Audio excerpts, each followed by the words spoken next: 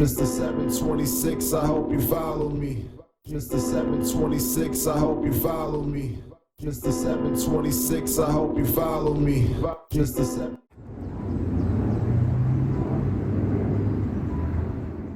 I didn't even know what it meant. And then he tried to explain it to me, which is great. That's the day my son was born. Yes. 7/26. 7/26. July 26. 1990. Was my firstborn. Yeah.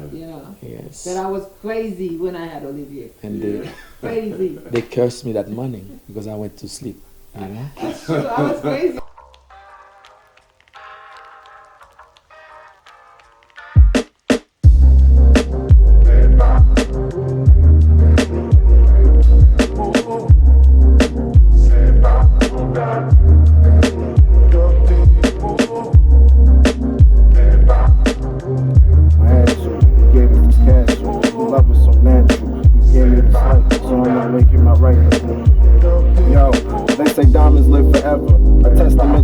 Cause the minute I popped out, you immediately felt the pressure. And strictly for the record, potential is limitless. Proceeded with diligence, my upbringing was militant. From Beach 9 to Perry, then settled on Matthew. You did what you had to, you gave us this castle. Your love was so natural, you gave me this life. So I'm gonna make it my right to pull up and bring you some black through. They labeled you immigrant, a soul with a green card. Your repertoire was lacking no English, you beat odds. I'm guessing you seen stars, I constantly reach for. You tell me to seek more, you question my detours. I tell you that I'm a man, my legend is restored. I look past my past, the present, no before. You always told me be a leader, never follow.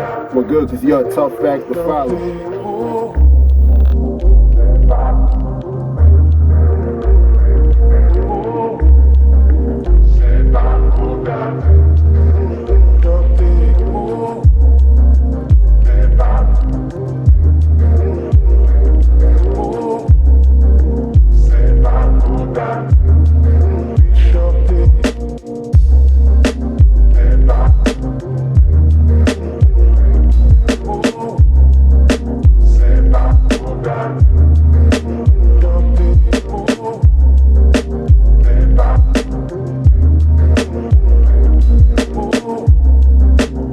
Was not easy. Two boys, coming to America is a different thing. You came with nothing and you're trying to make the best, raising them, make things happen.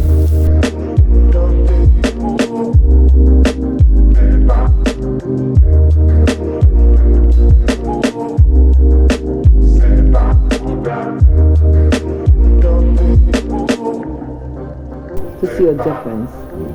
How people migrate and how we Haitian make part to make our kids have life better.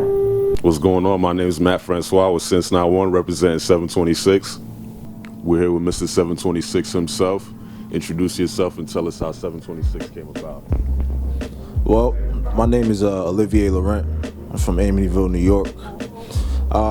726 honestly is my birthday. A couple years ago, I'm really big into numbers. Like I'm like into numerology heavy. I bought books. Like it's something I'm just really into. And I just remember a couple years ago, where everywhere I went, I kept landing on 726. I would buy something from the supermarket. The price will come out to 726. When I'm watching an NBA game, I'm a big basketball fan. Watching the game, I always find myself landing on 7 minutes and 26 seconds left in the game, or it could have been anything. I just kept landing on this. So I looked it up online and I liked the meaning of it. The meaning was about, don't worry about your material needs or your monetary goals or anything like that as you pursue your journey. Just keep pushing and just believe that whatever you need while you're serving your purpose will come to you. So from that point, I was like, okay, this kind of fits exactly with how I feel about in my life right now, and I felt like it would resonate with anybody. And it just so happened to be my birthday. So it's just something that I ran with from there. That's a great message to carry along with that. Growing up, what were some of your influences? Music-wise, I love Jay-Z. I love Kanye West, Q-Tip. I I like J. Cole, I like Drake, I like Kendrick. You know, I cannot say I have a lot of influences. Just a lot of artists that kind of resonate with me and you know, who I'm about. Yeah, I would say around probably those guys right there. Definitely Jay-Z though. I actually when I first was trying to learn how to rap, this is before you can just find lyrics on the internet. Like you couldn't get, you know how like we probably had the dial-up service. You couldn't get, it'd probably take you 30 minutes just to get to a site. So I would listen to a Jay-Z song. I think it was Change Clothes. And I would listen to the song over and over, and I'd write all the lyrics out. And then when I got the lyrics out, I would say the bars in my own way, how I would say it, compared to how he would say it.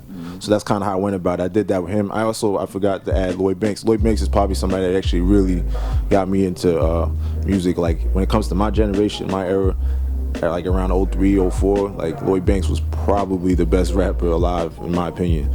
And I just remember writing his lyrics out also and just trying to say it in my own way, almost like karaoke. So music and lyric, they seem to be really important to you. Do you remember at what point in your life that you really took a hold of that? You know, it kind of hit me where like I realized lyrics can really touch somebody. Like I remember I would listen to Tupac, Keep Your Head Up, and I just remember like just the vibe of that song and the things he was saying, how powerful it was and how it can really, you know, change people's lives. I remember, like, when I think about it now, like Juicy, in my opinion, is like the greatest hip-hop song that's ever been made. And the reason why I say that is because like it really breaks down the story of a lot of people's lives. Like, you know, Biggie really put you in that element of like, yo, this is what's going on, this is my situation right now, this is what I'm trying to do to get out of this situation, now look at me now. That's like if you think about most hip-hop artists or just people in general, it's that story of doing whatever you got to do to get out of your situation, and now look at me now, man, I'm celebrating, I'm with my people. That's what it's all about. But that song, like, that resonates, just the lyrics. Yeah, the beat's dope, you know, they took a dope sample, and like, you know, Biggie's voice is dope, but like it was the lyrics that keep you coming back again. You know, it's like, yo, if you can't even recite those bars, you can't recite those lyrics, it's like you're not even a real hip hop head. There's no way. There's no way that you can respect the hip hop culture and not know. And you couldn't relate. It just, and granted, I'm not from the hood. Like I'm not from that environment at all. But I can respect it because I'm not from the hood. But I didn't wake up with a silver spoon in my mouth. You know what I'm saying? I grinded to get to where I'm at in life, so I can respect that story regardless of where I came from. Yeah, I definitely understand that. I remember singing Biggie lyrics by the Cubby when I was 5, so I know the importance of lyrics and, you know, music in general. What type of art are you into nowadays? I can't lie. I mean, the thing about now is you kind of have to go with. I don't want to say you got to go with the trend, but like, you know, the sound changes. You know, so, you know, Jay-Z doesn't rap over the same reasonable doubt beats. You know what I'm saying? He continued to evolve. So the way I see it, I just look to find whatever kind of like the younger generation is doing, mix it in with what I used to listen to when I was younger myself, and you know, and go from there. Any books or any you know, shows or anything like that also inspire you besides in the music realm? Any books? I like Jay Prince has a book that I read about, I think last year. It was during the pandemic, actually, 2020. That's a really good book. I like how he breaks down. It's called, is it The Art of Respect? I have to really check in on that one, but it's a really good book. Like, he kind of breaks down his story and like how he handles situations and how he would never sell his soul, and he would never, you know, he would never relinquish his rights or his morals or anything for nothing, not for a dollar. He would never his values were just real strong, and I respect that. So that's a good book, Jay Prince. I'm trying to think of a TV show that I just really admire so much. I mean, I wouldn't say a TV show. Maybe a movie. I like Scarface, man. Scarface is like, again, like, it's just that story of a guy that had nothing and did everything to get to where he wanted to get to. By the way, Manolo's a piece of shit, bro. He's the reason why Scarface ended up fucking up. That's why Manolo's a piece of shit. But in other news, not Scarface is definitely my favorite movie of all time. Yeah, I see you really drawn to the stories about coming up. Can you tell us a time where you had to overcome doubt or adversity, and more about that?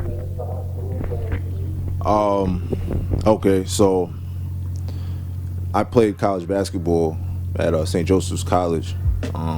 This was about 2010, and so it was the end of my sophomore year. I had my sophomore year in college was like a really trying year for me. Like, my grades was bad. Like, I didn't play well. So the coach at the time was considering, replacing me with somebody else. So I remember thinking in my head, like, damn, like how are you trying to replace me already? Like, where's the loyalty? But in my head, when I think about it, then I'm like, my grades weren't good. It wasn't like I was playing well. What loyalty does he owe to me right now? So I said that summer, all right, I'm just gonna really work my ass off. Like, all I'm gonna do is just sit in the gym and just work. I'm gonna be running sprints. I'm gonna be going to the football field, doing what I gotta do to get ready. But at the same time, just because I'm doing all that work, there's nothing promised. I had no idea. Nothing was guaranteed. Like, I can do all this work, go into my junior year and lay a dud, and then it's really all over. So I remember that pressure on me. So, I came into that school year, my junior year, in shape, just ready to go, and like, I took that leap. It just kind of happened. I couldn't believe it. Something about it, like, you can plan for something, but like, you really don't know exactly how it's gonna come out, man. And look, and it came out better than I thought it was. Like, I did a lot better than I thought I was. But I remember that was such a time where I was like, damn, I put in all this work. Like, I did all this. Like, I made so much sacrifices to get to this point, and like, this could really not come out for me, So it goes to show how important, how valuable time is. I also can. I know you asked. I want to get this off right here, but so, and after I started playing basketball, I used to work at this company where I would go do sales, going door to door. So, I mean, I don't know between you and I, but like, door to door is not the easiest thing to do. People were saying no, people were cursing you out, people were closing doors in your face. So it's real trying. And I remember when I first started it, like, the cops would come and try to see me all the time, like, because I was either a black man in a white neighborhood trying to sell, or it was just because people didn't know who I was, and I'm just in regular, in neighborhoods that people don't know me. Who's this guy? Why is he walking through my neighborhood trying to sell stuff? Who is this guy? So I remember, though, the first week I did it, I was by myself, and like, that first day, I got no sales, nothing. Like, people saying no. I remember that we would go from 2 p.m. to 8 p.m. going all around this neighborhood trying to sell. Nothing, no sales, nothing. I remember sitting on the curb that night. It was like 7:45. It was done. I didn't even wait the extra 15 minutes to try to sell. I just sat on the curb of this neighborhood, and I started just tearing up. Like, I couldn't. I'm just like, man, I can't do this. I can't do this. But then I remember I went home that night, and I was just like, all right, like, this is probably the worst it's gonna be of this right here. And from there, I kind of pushed through that and was able to, make it happen for myself. So it goes to show you sometimes the lowest point be the best thing that can happen for you, because there's nothing lower than this right here. So if there's nothing lower than this, everything else is up. Sound like a lot of fortitude, mentally, physically, and spiritually. Health is wealth. That's what I believe in. What do you do to keep yourself, healthy in all those forms? I mean, I go for runs in the morning. I got a little pull-up bar, and that I have at the crib that I do. I'm not some exercise guru. I'm not gonna put up my routine at the end of this video or nothing, but you know, I definitely try to work out. I play basketball at times, but also, I mean, you know, physically it's good to be healthy, but just mentally, I think that's even more important. And so I try to just, you know, I guess when you've been, I'm not an old man, of course not, but you know, when you live a certain amount of time, you have a lot of experience. I've came to realize that regardless of anything, we're always going to be all right. Like, you're always going to be okay. So if you can think about problems that you had 2 or 3 weeks ago that you really were stressed out about, and then 2 or 3 weeks later, you're like, why was I even stressed out about that? Like, what was, you know what I'm saying? So it just goes to show, like, yeah, you know, people say like they believe in God so much, but like the way I see it, God wouldn't put you through something you wouldn't be able to deal with. You know what I'm saying? God ain't gonna have you just fall flat on your face with nothing, you know? And if he put you through this, he probably believed you were strong enough to do it. So like, really keep that faith. And if you say you really believe in God, then keep that faith. Keep that faith knowing like what he has for you is special, and just keep pushing forward. We out here getting it, boy. Yeah. We out here getting it, 726, bitch. Well said, man. Well said. That's genuine. Not even for the camera, for real. No. Mr. 726, I hope you follow me. Mr. 726, I hope you follow me. Mr. 726, I hope you follow me. All right, we back here in the base. Just got done doing some recording. You want to share what your process is like creatively getting into the music? Well, basically, for me, it's always production first. Like, I have to like the beat. Like, I have to kind of hear a certain pocket in the beat that I know I can hit and kind of attack. And once I know, like, all right, that's the pocket I can go with, I just try to get the words to kind of go with the flow that I'm trying to go with. So I had this one process where I would just go in and just mumble some shit, like just like a kind of like a flow. Yeah, I would listen to it after the recording, and then I would put the words. Sometimes I even go. I learned this from K-Son. I would just say one bar, back out, listen to it, and say another bar. It's writing. You really are writing. It's not, you know, putting the pen to pad. You just, you know, you're kind of just writing on the spot. Like, you're just letting the flow kind of in a way. And I kind of really like that idea. You know, I feel like you do it a lot faster, and it just feels more of a vibe. You know. Sometimes when you hear a beat over and over and over, it gets monotonous, and it's just like, all right, when am I gonna get over this? So, you know, but that's kind of the process that I've kind of developed for the last, 5-6 years now. So you've been doing this for a while. How have you built your relationships, and how have they come about, you know, lasting relationships and connections? So like I was saying before, I kind of started around Hurricane Sandy. That was like around 2012. But I wasn't going to like an official studio at the time. I was just kind of recording from my house. So at this time, I was like in a transition period, if you would say, and I started getting some studio time. I would just go there. I would try to remember my bars at the house, so I didn't have, you know, the more time you spend at the studio, the more money you're giving up. Yeah. So I'm at the house reciting my lines over and over and over, so I can just go there and just knock it out all at once. I go to the studio. I did a song called "That's My Bitch." That was like maybe the first or second time I went there. I recorded my verse. I had another verse on it. I had a good hook. It was a good song, good beat, everything. And Kay walks in the studio, hears the song as like it's being like mixed or whatever, and says, "Yo, can I jump on it?" I've never seen this guy a day in my life. Don't know who he is. Don't know nothing was going on. He just said like, "All right, sure." He hops on it, kills it, and then from there, I end up kind of being part of like White Light. And from there, we would always be outside. We was probably at an event or some show every, I don't even know, probably every weekend we was at some type of show. You know, I learned a lot. I took a lot of lessons, things that morals, a lot of things that I learned from there. And now this is why I'm able to build 726 now. See, the difference between, I would say, myself and a lot of artists from this day is that back in the day, there was artist development.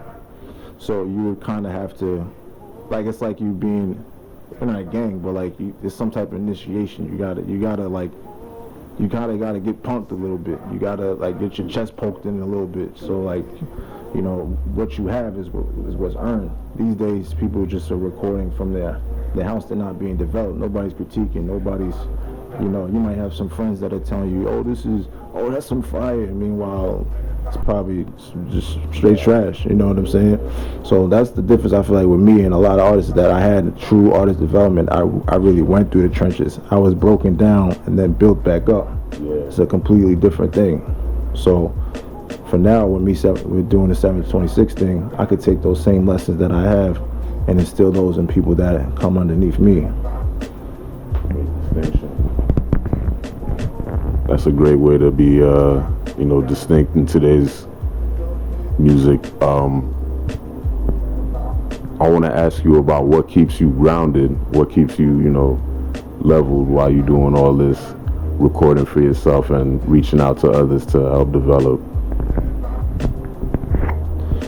What keeps me grounded is just knowing where I came from, the position that I came from, and kind of just dealing with, for the most part, the same people that I started with. You know, people that have seen me before I even ever started rapping. You know what I'm saying? Just kind of just dealing with those same people. You know, But they always say a day one is somebody that, you know, you met on the first day and was just solid from that point on. So of course you meet new people on that path, but yeah, for the most part, just always remembering where you came from. That's it. In the song, sometimes you say, roll one for the stress, people can count on me, they expect me to be at my best. How do you balance what your loved ones want versus what you want? I mean, first and foremost, what I want is for my loved ones to be good. So that's first and foremost. So if they're good, that means that I'm good. But for the last couple of years, for about 5 or 6 years now, I've been managing people that suffer from traumatic brain injury, TBI. So a lot of and most of these people that I deal with, they don't have family in their lives. Like, I'm probably their only person that they truly feel like cares for them.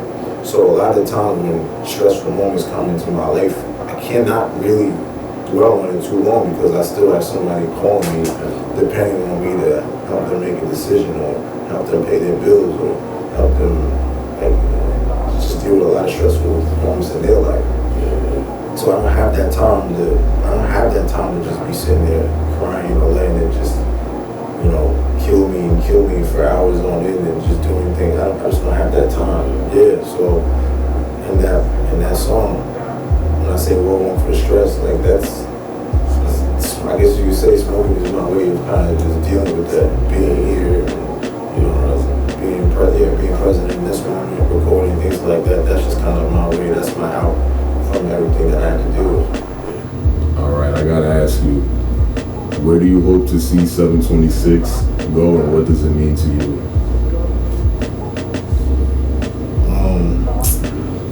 In the future, I see 726 just, you know, me having a team of really talented, you know, artists, you know, influencers, you know, people that are just really smart, but also just good people.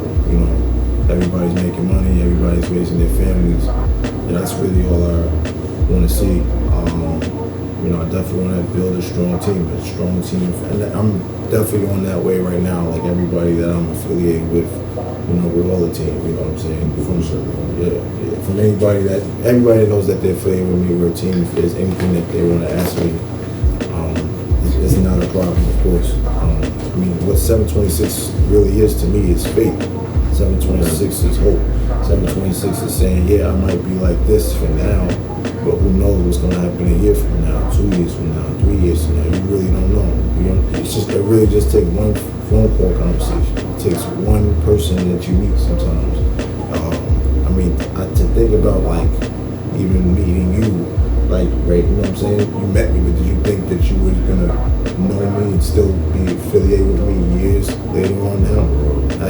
I met Kay in the studio after I did a song. I didn't think I was just gonna, like, he just did the song. I know that 9 years later, I'd still be hanging out with him now.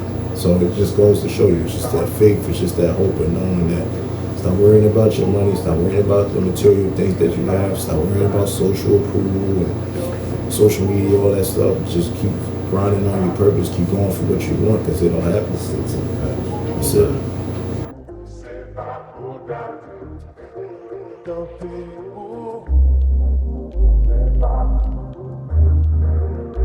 That's it. I think that's normal because I love music. My wife loves music too.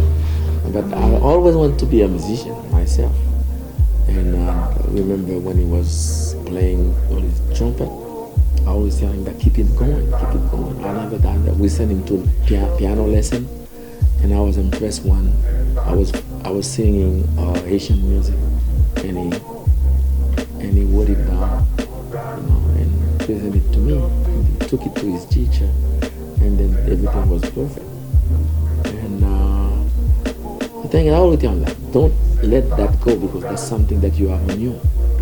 But at one point he was not really paying attention to what I was saying, especially playing the trumpet. I always tell him that you see how much money that they're making now playing. Yes. I used to write all your songs, and I never think that Olivia would have been a rapper, like wanted to be a rapper. It wasn't part of our culture. So that's what he likes. We tolerate it, but that's not. It wasn't for me at the beginning, but that's what he likes. And those clothing and things, it's just a new thing you started.